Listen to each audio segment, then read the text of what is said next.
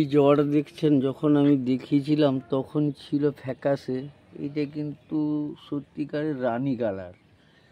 এই বৃষ্টি হওয়ার পরে রংটাই পাল্টে গেছে, হতে পারে না। হালকা ছায়া রোদ এরকম অবস্থায় রাখতে হয় একে। এর জলও বেশি সহ্য করতে হয় না, কম পরিমাণ জল দিতে হয়। খাওয়ার একই খাদ্যের এটাকে ঠিক একই পরিমাণ দিতে হয়।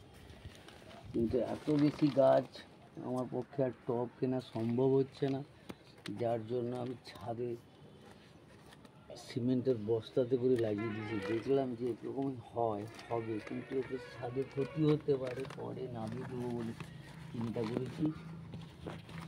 এক একটা টবের দাম 100-150 এরকম দাম, এত টব কেনা সম্ভব নয়। এরকম ফাঁকা জায়গা থাকলে বস্তার মধ্যেও গাছ ভালো হয়, টবের থেকেও ভালো হয় গাছ।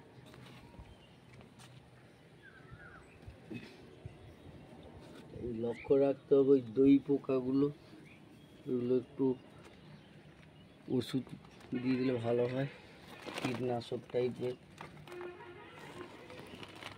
নাহলে শ্যাম্পুর জল দিলেও হবে। সপ্তাহে একবার অন্তত খোল দেওয়াটাই ভালো। গাছ ঠিক থাকবে, সবুজ থাকবে, ফুলও প্রচুর আসবে।